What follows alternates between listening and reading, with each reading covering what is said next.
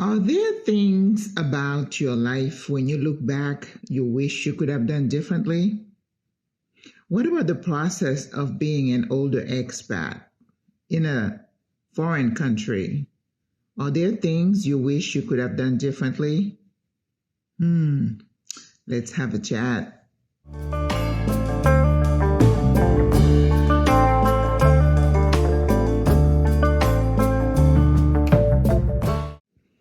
Hey friend, welcome back.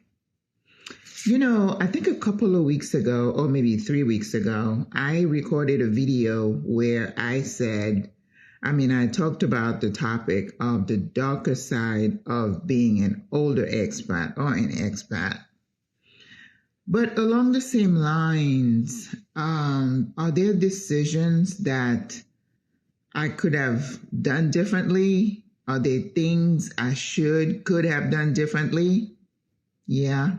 And I hope some of you feel the same way, that if you were to look back, you would say, I wish I had handled that differently. Anyway, welcome to Single Women Retiring Abroad. I am your host, Maggie Lazar, a retired nurse practitioner who has retired to Panama since January 2023. I've been an expat, an immigrant, like some people are really quick to point out, for a couple of years now. But along that journey, there are things that I have learned. I am also the creator of SWRA, Single Women Retiring Abroad, a group of older, sassy, single ladies who have made the conscious decision to retire abroad to Panama, create sisterhood. We are intentional about creating community while we are reinventing ourselves. If any of this sounds of interest to you, I invite you to like, share, subscribe to this channel, join the Facebook group of the same name, and click on that bell so that you know when I post a video or when I go live, which is every Sunday at 10 a.m. Eastern Time, where we do something different. We cook together while we chat. It's called Cooking and Chatting with Maggie. All right. I am always looking back and see, because my mind is always going. I'm sure some of you can relate. And in looking at where I am in my life, you're always saying, I am always saying, I wish I could have done this differently. So this is what this video is about today. And hold up, before you tell me to get on with it, I am getting on with it. These folks are still in my comments. Anyway, you're not getting me ruffled up. Nah. I have identified a few areas of my expat journey, my immigrant journey, thinking back, saying I could have done something differently. I could have handled things differently. The first thing that comes to mind is safety. You all know I was robbed. Was it in February or March 2023? 2 months after I got to Panama. And in hindsight, I realized I was careless. Let me tell you, the comments in his response to the video, most of them positive, but I do get some that say, you are so stupid. You should know any better. You should have been more aware. Everything that I have already told myself, dumb, and dumber. I know better. I watched those videos about people being pickpocketed everywhere in Europe and in South America. I have seen that. But I was so totally in a zone of where I was so excited to be in Panama. I was looking around. I was talking to this friend of mine, and I totally let my guard down. So I could have handled that differently and not become a victim. But I did, and I learned from it. So I swear that won't happen to me again. So in hindsight, yes, I was careless. I should always be aware of where my surrounding, especially I'm in the city. Even if I were in the interior somewhere, I should always be aware. So my fault. The next thing that comes to mind, and of course, you guys know what happened to me at the border of Costa Rica and Panama. Okay.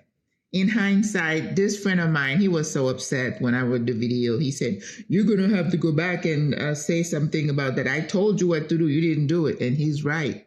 I should have taken his text to me and followed it to the letter. But better yet, as some people have pointed, they say when you're making such a trip, take a local with you. And I think my friend had also suggested, I think he was going to get a car that we would go together. But anyway, it didn't materialize. So my regret is that I did not understand that things don't happen the way I expect them to. What would have been the most logical thing to do was for them to have a sign that says, before you get on that bridge, make sure you get your stamp. But that would be asking too much, right? So what I could have done in hindsight is take a local with me and say, okay, hold my hand and take me through the process. And some people even said, you didn't have a couple of 20s in your passport? It took me a while to figure out what they were talking about. And I was like, as chicken as I am, I don't think I would have gotten the nerve to even slip that 20 to anybody. I'm just not that kind of person. So I paid the $1,000 fine, and I have to say the video got a lot of views, and God is blessing me. I don't know if I'm going to get all of it replaced, but that's been helpful. And I think most importantly, a lot of people have said, oh, thank you. Now we know, and we won't let that happen to us. So to me, it was worth me being the guinea pig, so to speak, and learning from my mistake so I can encourage others and keep them from making the same mistake. So now everything has a silver lining. Anything that happens to be negative, maybe there's some positive into it. So water under the bridge, as I said. My other regret is not exploring the healthcare options for older expats in Panama. That's an important one because I think now I am starting to understand how difficult it is for someone who is over 60, let's just say 60, to have access to cheap or affordable healthcare in Panama. I did a video about healthcare options. It didn't get that many views, so I'm hoping it's because people have understood the complexity of getting healthcare coverage after a certain age in Panama. In addition, in terms of having the insurance plan accessible to you, the age situation, and all the pre-existing condition clauses that they have with those plans, and that your choices are really limited in Panama and or super expensive if you want to consider an international plan. And I think people need to watch Jackie Lang's article, videos about that, because it is still convoluted and some people still don't understand that it doesn't work like what you used to back in the USA or Canada. So that's another regret that, and I don't even know that I would have gotten enough information to make, an informed decision, because healthcare could be the deciding factor as to you retire in Panama or versus another country. Because, when you are older, healthcare is super important, right? So I'm going to put a screenshot of that video there, my video. You can watch it, but I also encourage you to watch Jackie Lang's Panama Relocation Tours. She's got a lot of information about that because she's very on the forefront of trying to make it a little easier for the rest of us. Thank you, Jackie. The other regret that I have is that I did not, at the onset, when I first got here, embrace a simpler lifestyle. Now, listen, I've told you, I'm very boring. My life is very boring and simple. I don't spend a lot of money. I'm kind of on the cheap side when it comes to spending money.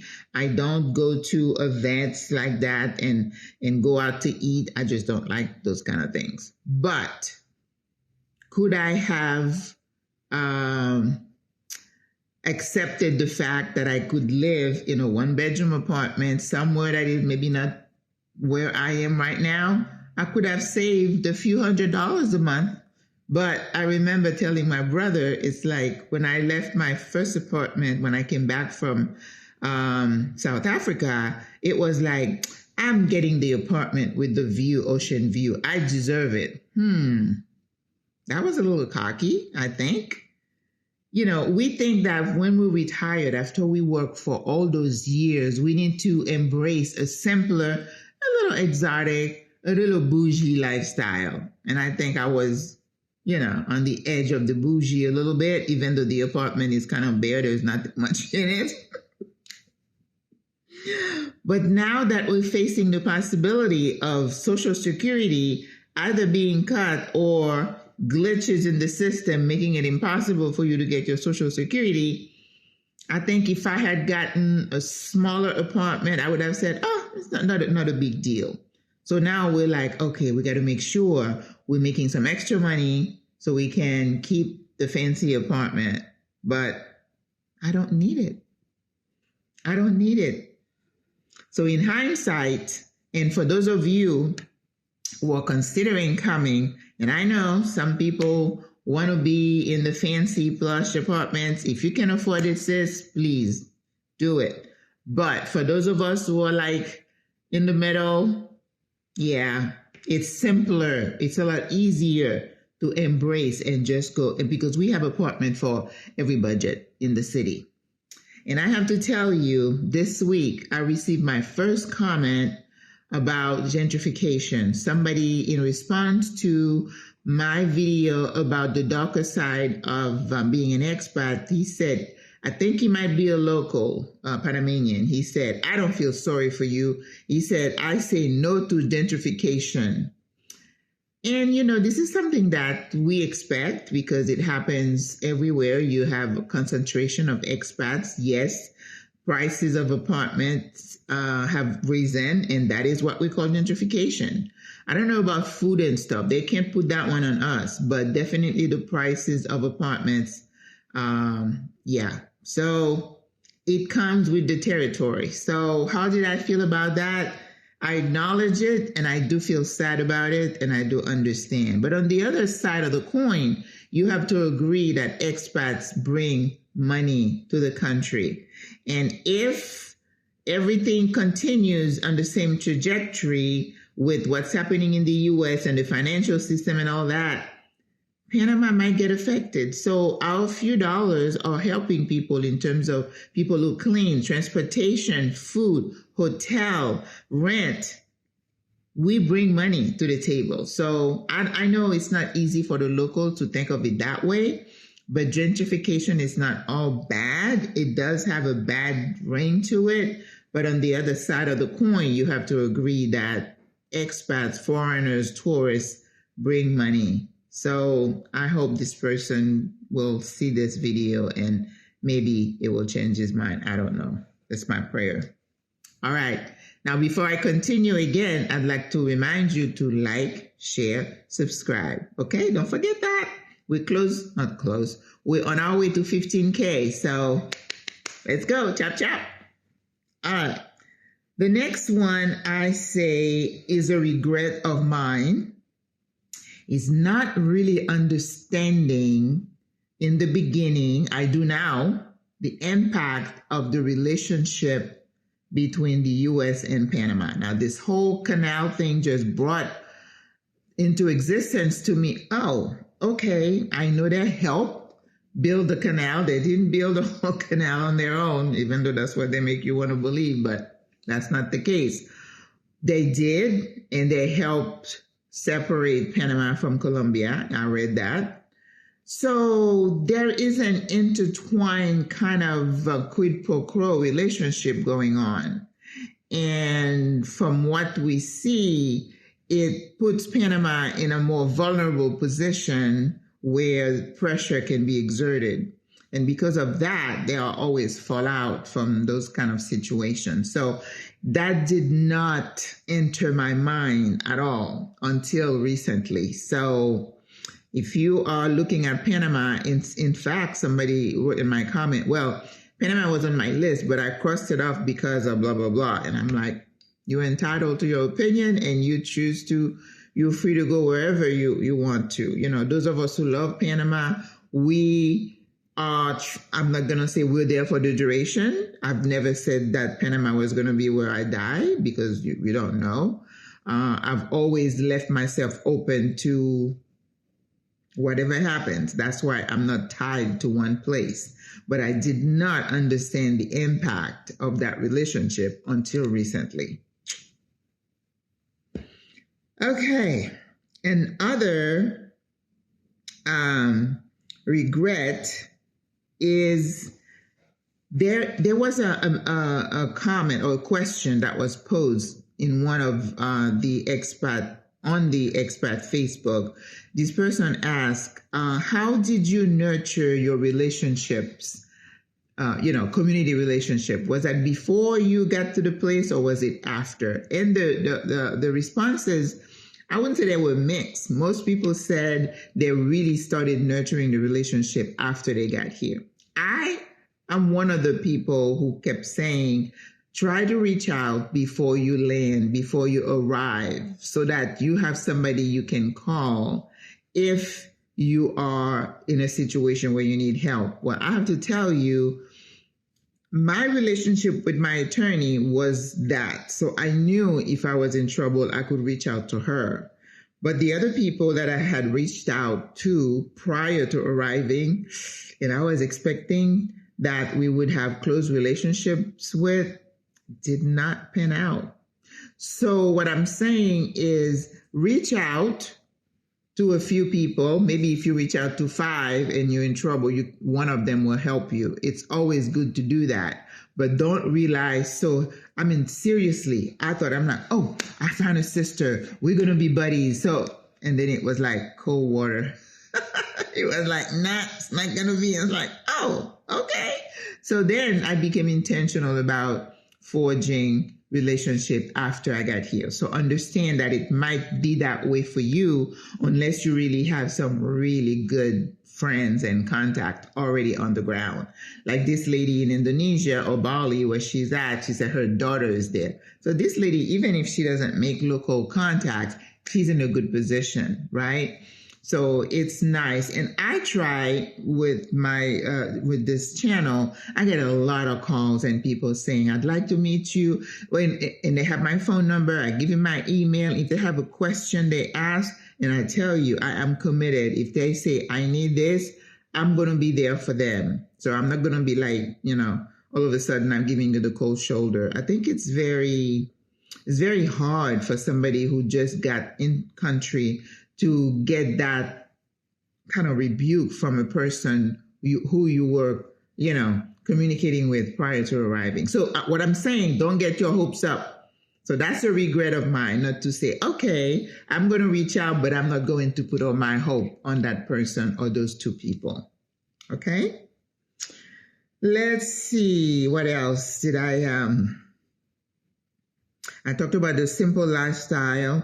Oh, the other thing, I think probably the last one that I'm going to talk about as a regret, and I should have tagged it onto my embracing a simpler lifestyle. I wish I had been more open about co-living when I first got here. I wasn't. Not until recently. I was like, knowing myself, it's not going to work. It was like a dead no. Usually I'm open-minded, but with that one, I wasn't. But now I'm like, well, based on what's going on, it may not be a bad idea. And, this is what being open-minded and open and flexible, that's what that means. Because you may not, in the beginning, be open to an idea, but sometimes circumstances will force you to be open. The problem you're going to run into, and if you remain rigid and unrelenting and no. So now I'm open to co-living, and I know, and I'll do another video about that where we can really dig deep into the notion of co-living, but it's happening all over the world. A lot of us, and I know one sister in our group calls it the golden girl something. I thought about that years ago. I even talked to my sister about that model. But now that I am this age, it becomes really an attractive concept. And I think the biggest stumbling block is who will you co-live with in terms of personality, habits. So I see a legal document being drafted. I see personality assessments being done because it's a big deal. The other thing that I see happening with this model is the layout of the place, apartment, home that you're considering, because people need to have their space and congregate when they feel like it. And this home that one of the sisters showed us was perfect. But I'm in a lease right now, and it's not something that I was that open to up until a week or two. So again, you live and learn, sis. So at my age, I am willing to say, oh, I can change my mind. To me, that is vital, that somebody can say, well, maybe I was wrong. Or, well, maybe I was too close-minded about that, but now I'm open to it. That's called growth, sis. That's called being flexible, being amenable, being open. And as I said before, the world is changing and we have to change with it. So those were the regrets that I probably have more, but those are the ones that I came up with, because let me tell you, truly, I'm really happy in Panama. Again, I said there might be situations, external factors that might push me to consider other options, but I really, really, really love being in Panama. So, and again, I'm good at ranking things and not making decisions based on emotions. I was listening in my car, a sister who is in Kenya, which is a place I want to explore this year. She was talking about how many people move to Kenya expecting everything to be cheap and not understanding the system. And then she's like, for a single person, I'm saying you need to be willing to have about $25K to move over there. How many of us have $25,000 liquid that you can take with you? I don't even know how you do that, because you can't take that much money on the plane, but maybe you could do transfers. So there are things that people need to consider in terms of their budget, their lifestyle, their requirements. If you have such a thing, like me, I thought I deserved to be, don't get me wrong, I love sitting on my patio and watching that view. Because when my lease came up and I was like, oh, I'm going to miss this. But the practical side of me should have said, well, you could save more money if you're in another place. But I didn't do that. I love my apartment, don't get me wrong. But because of the challenges we see looming, financial pressures, and problem with the Social Security system, they're going to vote on Medicaid, I think this week or next. Listen. This is a new day. So we have to change with it. And I had a gentleman, I guess it was a guy, said, oh, shame on you for spreading gloom and doom. Really? Well, you must be in the 5% up here that nothing's going to touch you. But if you're on Social Security, I know you could in your mouth say you're not worried, but I know you're worried. And especially if it's not even the fact that if it gets cut, it's bad enough. It's because it's our money. We work for it. No one should be writing a different, formula for determining who gets it and who doesn't. That's awful. Okay. But anyway, those were my regrets. Safety, that I wasn't careful enough, I wasn't aware, I got robbed. Crossing the border, I didn't understand the way things are done in a country different from where I come from, that having a local who can maneuver the situation would have been helpful to me. Another regret is not embracing a simpler lifestyle in the very beginning. I could have saved quite a bit of money. Not being open to co-living as a model of aging and now being open. Not researching the healthcare system for older expats in Panama.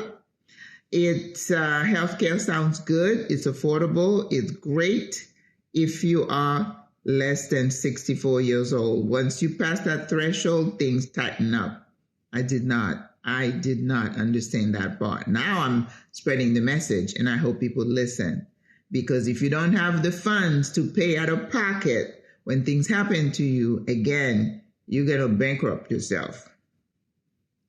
Not understanding the importance of local support on the ground and putting too much of my hope on relationships and contact that I had made prior to landing here, landing in Panama, because it's a whole different ballgame. Because you don't know these people. Just because you reach out through Facebook or WhatsApp doesn't mean they're going to, become your friends and support. There are some people even have coffee with them. It's like, hey, we do this and that. It's like cold sugar, cold water. So you just never know. And you have, I usually should expect the worst, but I'm really bad about that because I'm such an optimistic person. I always, expect the best from people. And not understanding the relationship between Panama and the U.S. and how much influence the U.S. can yield on this pretty, beautiful country, Yes, my eyes have been open to that. And the last one is, I did say that, the prior connection prior to arriving. So those were something that I thought about as things that I could have thought about before. But you live and learn. I'm not going to hit myself over the head saying, you dumb. No. So please listen to those things I just talked about. If you're on your way to Panama, make sure you weigh these, because they will make your life a lot easier. You ought to learn from my mistakes. And hopefully you're open enough to say, I can see how that could have been handled better, or she could have prevented. So we all learn from each other's mistakes. Okay? So I am so happy I had this few minutes to chat with you. I think I'm probably getting ready to head back to Panama in about a week. My business here is concluding, and I am blessed. I am thankful. So I will see you on Sunday for the live. I'll talk about what I'm going to do on Sunday. It's always a surprise. Sometimes it comes to me the night before. So you have a great day. God loves you. I love you. Au revoir. À la prochaine. Bonne journée. Bye bye.